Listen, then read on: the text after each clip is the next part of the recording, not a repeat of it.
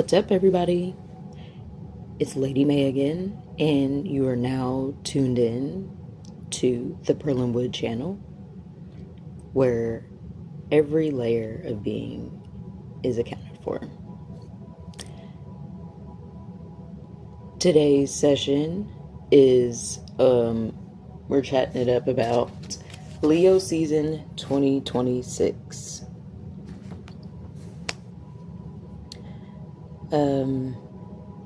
Today is August 10th, so we have a little less than 2 weeks left of Leo season. So we've had a good amount of time within Leo season already, but we're here and we're live. All right. So Leo season begins July 22nd and ends August 22nd every year. This year's Leo season started on Wednesday. Started on a Wednesday, and Wednesday is ruled by Mercury, so it was a Mercury day. And numerologically, it started on a 3-day. And Leo season this year ends on Saturday, and Saturday is ruled by Saturn. And numerologically, it is a 4-day. So, based off that energy already, we got some good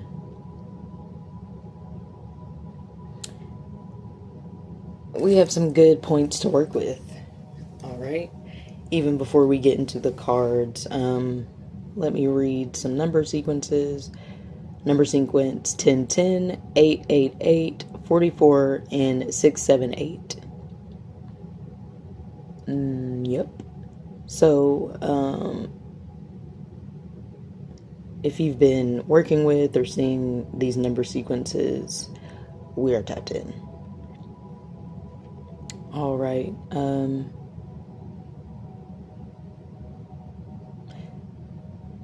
Starting with Mercury Day, Leo season starting on a Mercury Day.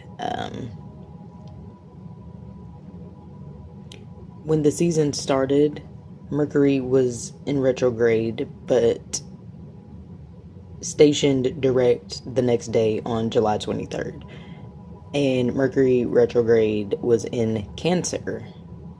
Okay, so the month started off, not the month, the season, Leo season started off with a slight Cancerian vibe. You know, we're still a bit watery, although Leo is a fire sign. And Cancer is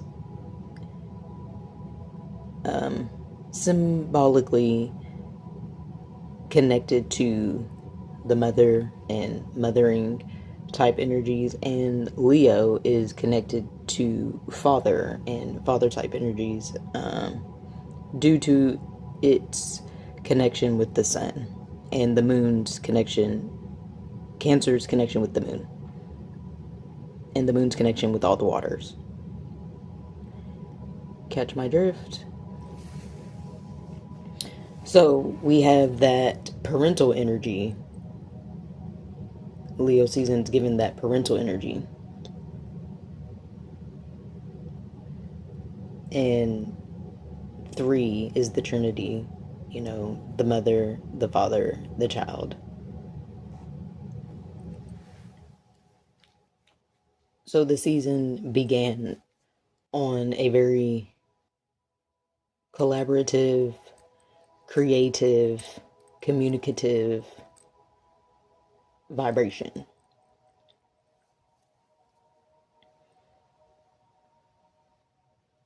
And like I said, I already said Mercury was in Cancer. Cool. At the beginning. As of today, Mercury is in Leo. So mentally, we have that strong, bold, fiery, ultimately masculine, divine masculine energy flowing through the mental space as of now. So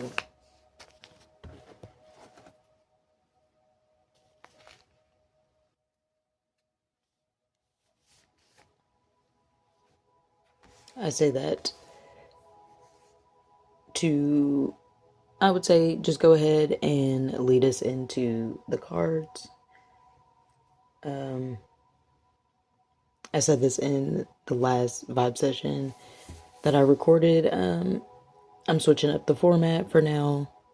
So thank you for loving me through my humanness and the adjustments I make to continue to show up for myself and, just any and everybody that is feeling what I'm producing. So, without further ado, it's 11:55 on my clock, 6:22 on the timer. The first card we have is Perseverance. It reads, "You have the power within yourself to conquer any challenge and come out stronger on the other side. Trust in your resilience and your ability to persevere." And the image on this card, it's in some trees. It's like a forest type vibe, but there are some steps that lead up and out of the trees into what looks like the light. Okay. And Leo season is connected to the sun, so the light of the sun. And we, the Pearlwood community, me and you, we have lived through all of our hardest days as of today. So we have made it to the light in our own ways.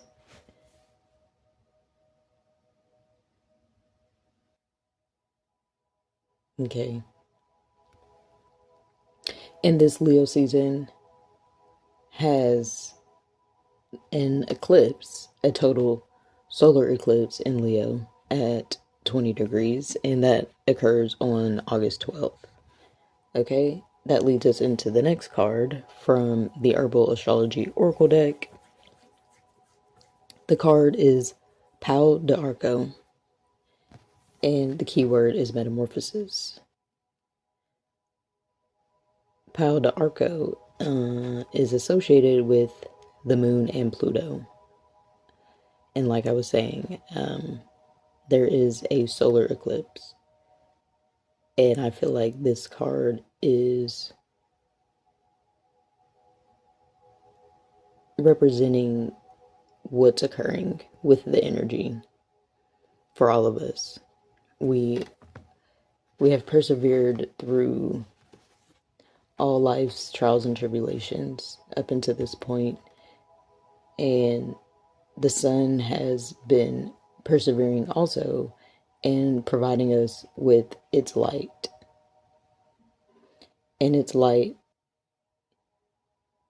has been providing us with activations to continue moving forward. So let me read what Pau de Arco has to say. And while I look for that, it's the usual vibes going. I have the 528 hertz playing. I have my Ma Durga and collection of stones. Today I did a sound cleanse. I didn't do a smoke cleanse, but I did a sound cleanse, so the vibe is set. But Pau de Arco, the guidebook says, upright, discovery through darkness, transcendence of the known, unearthing fear, nonconformity, breaking cycles. Reversed reads ignorance, conventionality, fear of failure, resisting growth, stuck in limiting beliefs.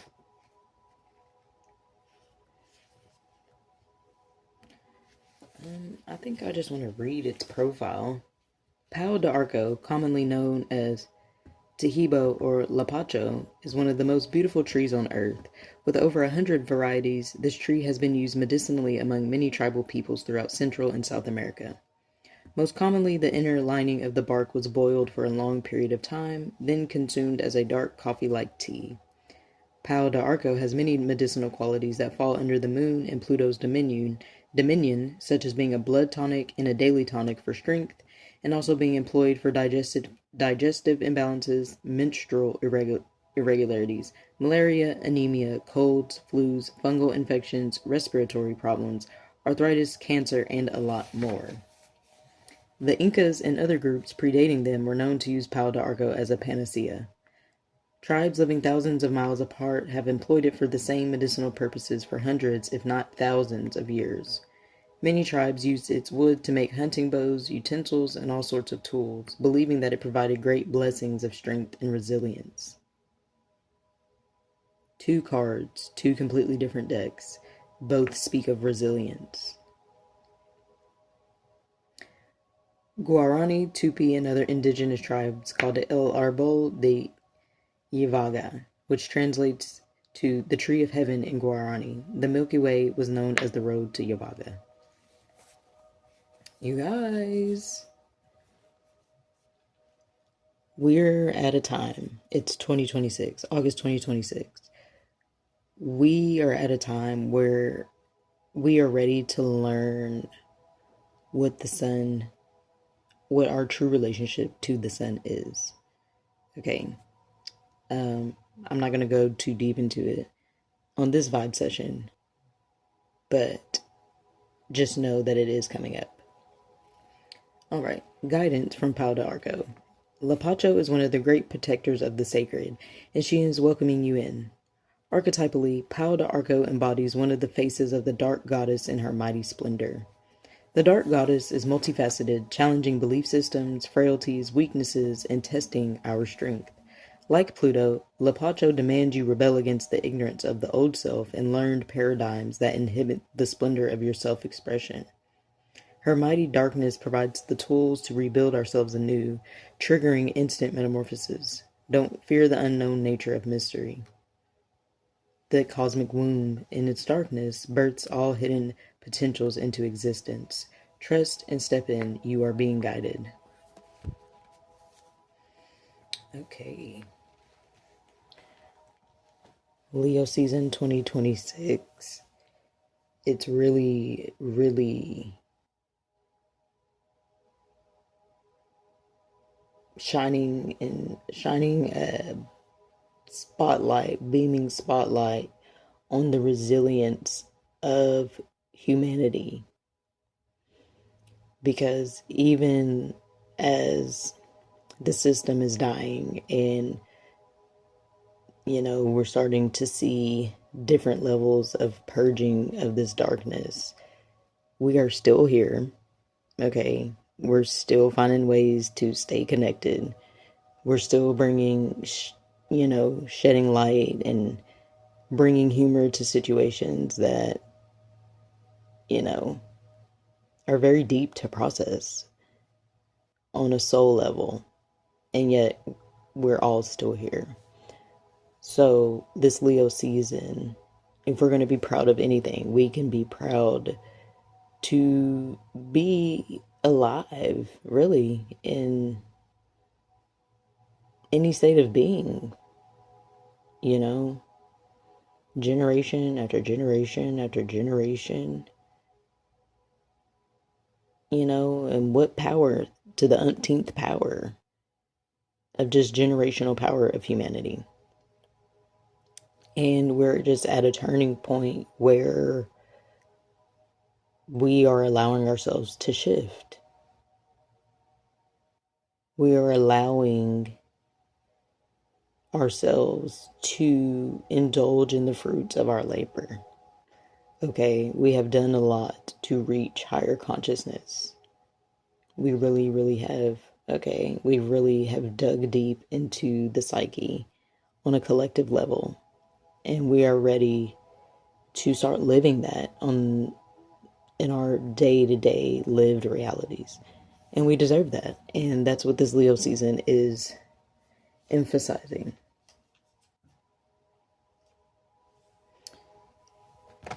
That got a little deep, you guys.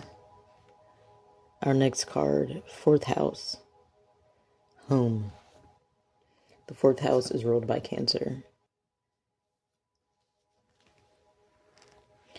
And the Pau de Arco card was speaking about the dark goddess, Ma Durga. In Hindu, she is considered like the all faces of the goddess. So, she's guiding us through this metamorphosis. And the fourth house is where the Imam Koli is, but also it is the house of the roots,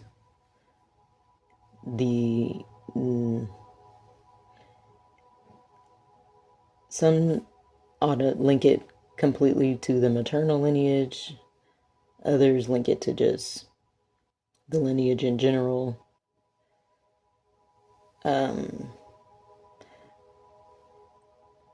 I say it's the roots, just your genetic roots in general. And I would say the 10th house is like your chosen family. But that's a different conversation for a different day. But yes, fourth house, the key word is home. One of my favorite sayings, home is where the heart is. But let's see what it has to say.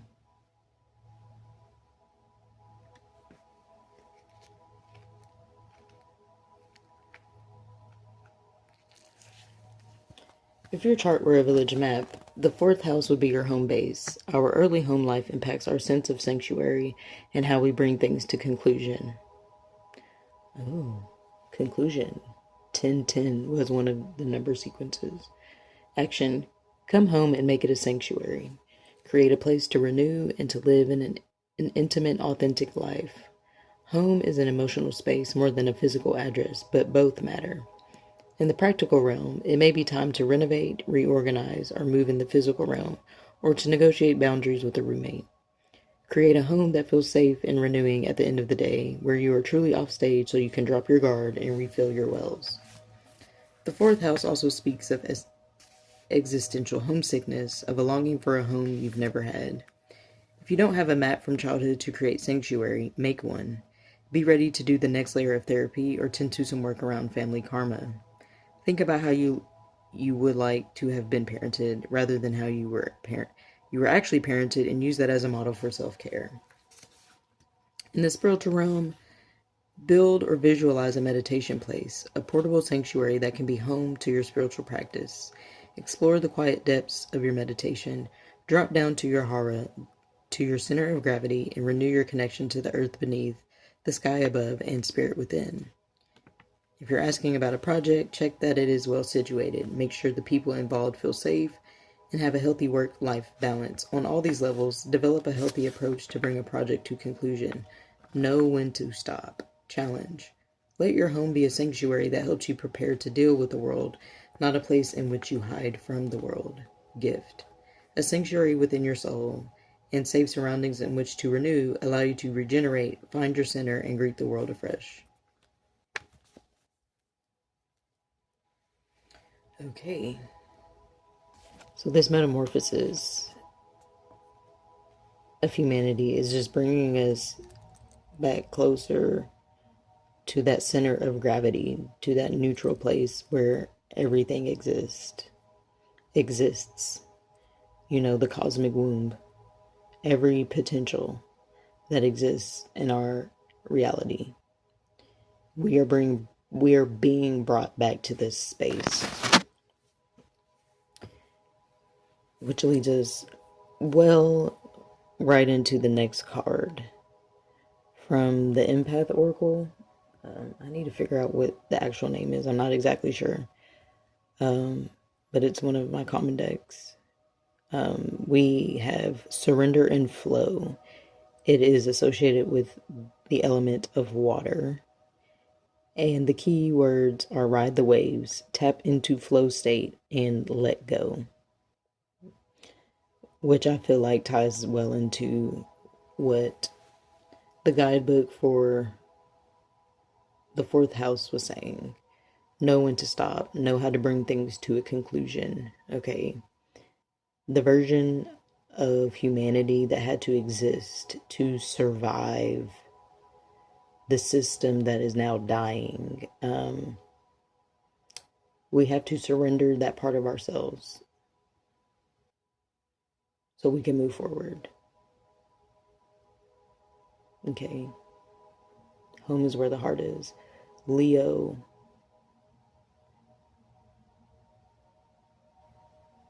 The sun rules the heart, in medical astrology and anatomy astrology, the cosmic body, however you want to look at it.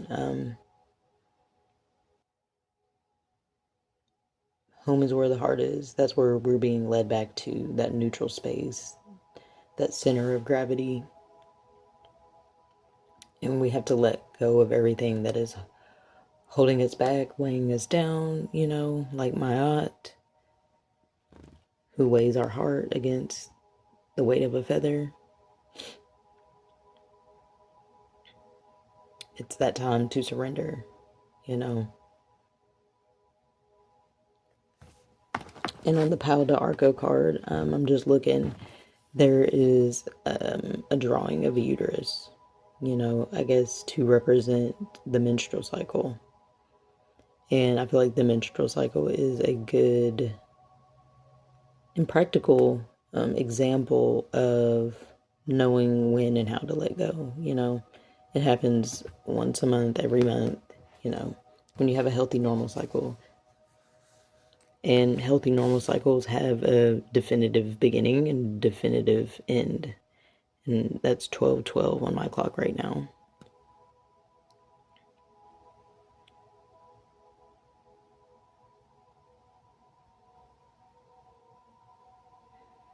Okay, we've made it this far. We're going to keep making it. But dragging old baggage is just not it. So, this Leo season is about getting back to the home space and really just acknowledging the state that it's in. Is your heart heavy? Are you grieving the dying system and the part of yourself that has to go with it? Or are you inspired? Is your house full of unfinished projects? Your house being, it could be your literal house, but more like in your heart space, you know. And just on a physical level, is your heart okay? Blood pressure, blood sugar, your actual heart, the muscle. These are the things that we are focused, that are showing up for us during this Leo season 2026. And it ends on a Saturday, so Saturn's day. Saturn is in Aries.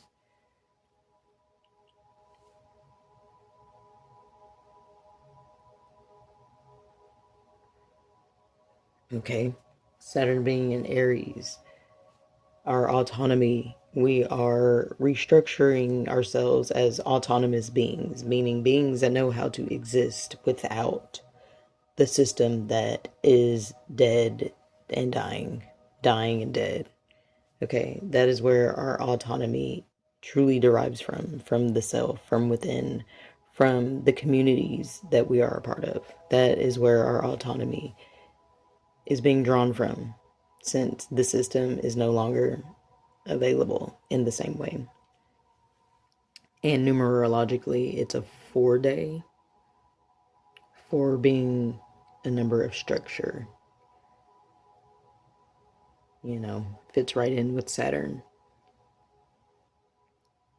So, our mind, we start the month ready to collaborate and be communicative, and we end the month ready to solidify things, ready to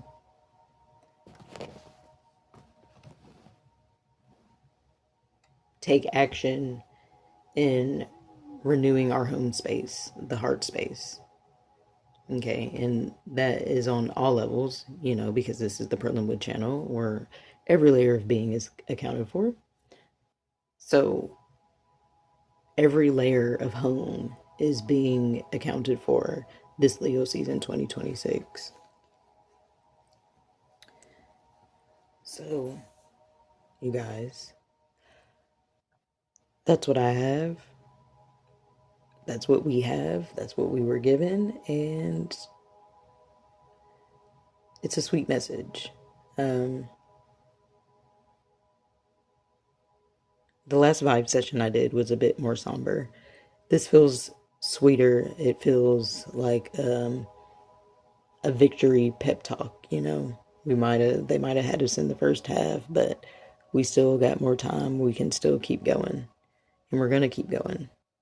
We've done it before, we're gonna keep doing it. So until next time, love you.